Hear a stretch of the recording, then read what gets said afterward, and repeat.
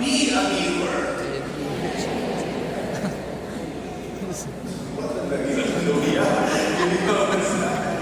Iingon pa nila, the happiest person in this world, the happiest people in the world are the giver, not the keepers.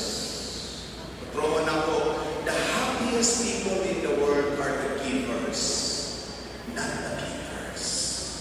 Kanain na yung tapat, babe? Sige, duman na yung tapat. The happiest people in the world are the givers, not the keepers.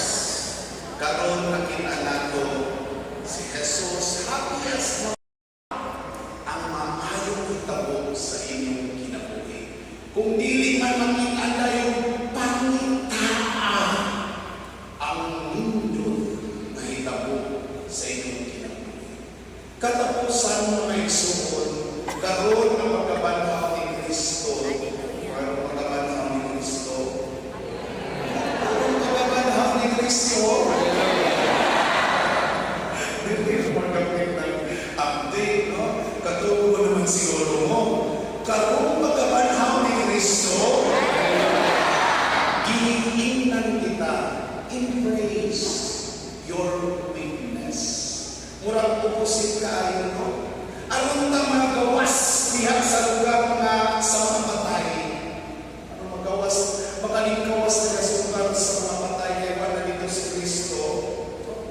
Dapat atong i-embrace and forgive our weaknesses for being weak.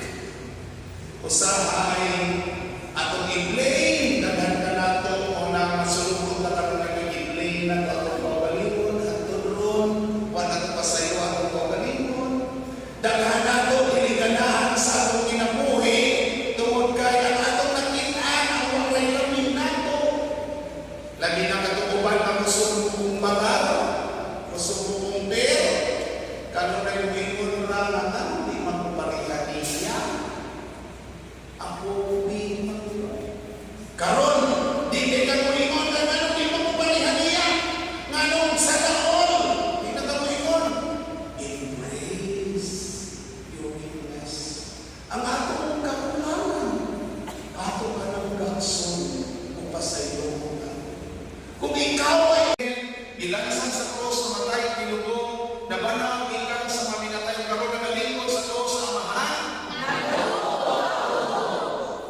nagatuo ba mo sa Espiritu Santo sa